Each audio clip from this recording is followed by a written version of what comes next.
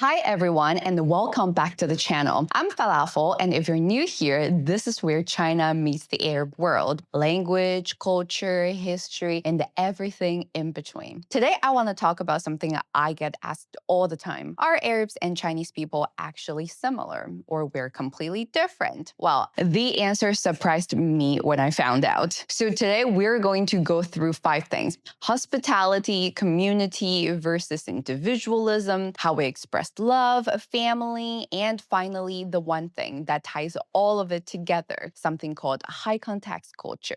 And by the end of this video, I think you're going to see both cultures in a completely different way. Let's go. Hospitality. Okay, let's start with the most obvious one. Hospitality. If you have ever been to a Chinese home or an Arab home, you already know what I'm talking about. The moment you walk through the door, food appears, tea appears. You didn't ask for it. Nobody asked if you wanted it. It is just there because in both cultures, feeding someone is not a gesture. It's a statement. It says, you are welcome here and you're safe here. I see you. In Chinese, there's a word, 好客, which literally means to love guests. It's not just a description of behavior, it's a value, a character trait, something people are proud of. In Arabic, karam, generosity, and hospitality is one of the most celebrated qualities a person can have. Being described as kareem is one of the highest compliments in the Arab world. And here's what I find fascinating in both cultures. Refusing food when offered is awkward. It is almost an insult because the offer of food is not really about the food. It is about the relationship, and saying no to the food feels like saying no to the person. Same instinct, same value, and two completely different civilizations that arrived at the same conclusion, that how you treat a guest is everything about who you are. If you're finding these cultural parallels as fascinating as I do, please make sure to hit the like button and subscribe. It really helps me bring more of these deep dives to you. 2. 集体主义 versus al-jama'a. Now let's talk about something that goes a little deeper. Community versus individualism. In most Western cultures, the individual comes first. Your personal goals, your personal space, your personal choices, what you want. In China and the Arab world, it's different. In Chinese culture, there is a concept called 集体主义, collectivism. The group matters, the family matters, the community matters. Your decisions are not just your decisions. They ripple outwards to everyone connected to you. You see this everywhere in how Chinese people talk about their achievements, rarely as I did this, and almost always as we did this. In how family decisions are made together, in how the reputation of one person affects the reputation of everyone around them. The Arab world is built on the exact same foundation. Jama'a, community, the tribe, the family. These are not background details of life.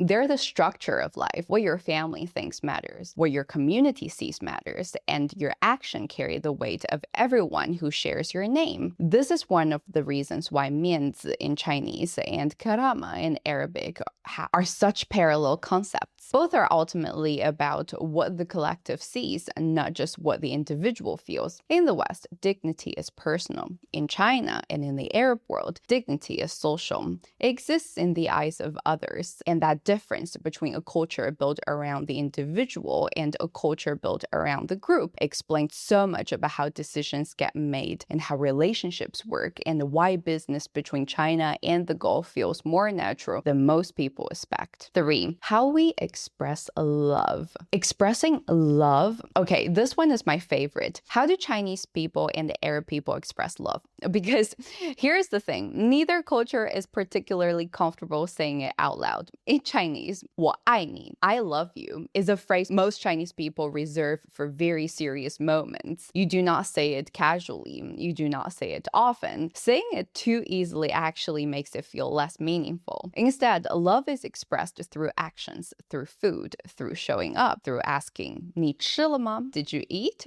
Which is not really a question about food. It's a way of saying, I'm thinking about you, I care about you, and you matter to me. In Arab culture, love is expressed through presence, through generosity, through protection, through making sure someone has what they need before they even even know that they need it, through the cup of tea that appears without being asked, through the phone call just to check in, through the fact that you showed up. Both cultures love deeply, and both cultures just show it differently than what Hollywood taught us to expect. And if you grew up in either of those worlds, you already know that the person who cooked for you for hours without saying a single romantic word loved you more than anyone who ever said the word easily. 4. Family. This one is not even a question.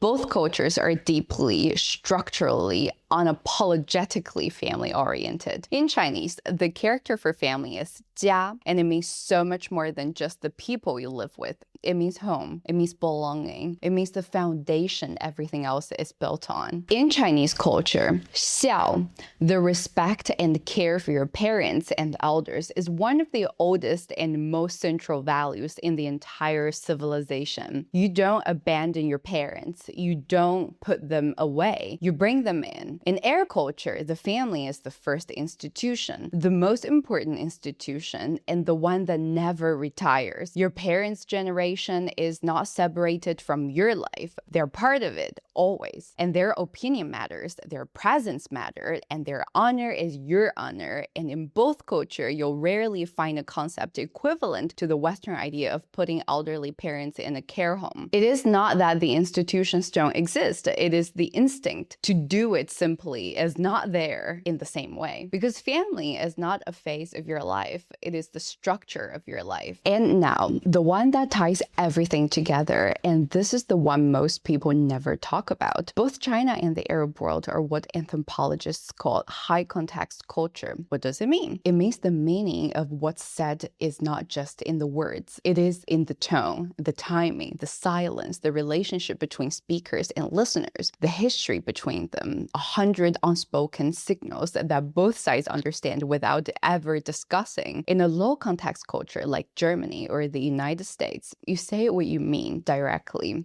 explicitly, and the words carry everything. In a high context culture like China and the Arab world, you read between the lines, you hear what is not said, you understand that a graceful non-answer is an answer, that silence is not awkward, and how something is said matters as much as what is said. That's why in Chinese, people say 我尽量, which literally means I try. It doesn't mean no, it doesn't mean yes, it doesn't mean I am definitely going, it doesn't mean I am definitely not going. It probably also means maybe I might be going. They don't give you a very straightforward answer because it's impolite to say no right in front of your face. And in Arabic, a soft inshallah at the end of the sentence means the same thing. If it's wrapped in grace, protecting the dignity of the person being refused, neither culture is being dishonest. Both cultures made the same decision, a deeply human decision, that protecting the dignity of the person in front of you matters more than the blunt efficiency of saying exactly what you mean. And this shared architecture of communication is why when a Chinese person and an Arab person sits across from each other from the first time, there is often a wordless ease, a recognition, a feeling of this person understands how rooms work. That is not a confidence. That is two high context culture meeting each other and recognizing something similar. So are Arabs and Chinese more similar or different? My answer after years of living between these two worlds is that we are far more similar than different, not in the surface things. The food is different, the language is different, the religion is different, the geography is different, but underneath all of that, the values, the instincts, and the way we relate to family, to community, to love, to communication, they rhyme. And I think that is one of the most beautiful and most underappreciated things about this moment we're living in, where China and the Arab world are coming closer together than they have been in centuries. If you're interested in diving deeper into these topics, I have something special for you. I send out a weekly newsletter where I break down the latest in language, culture, history,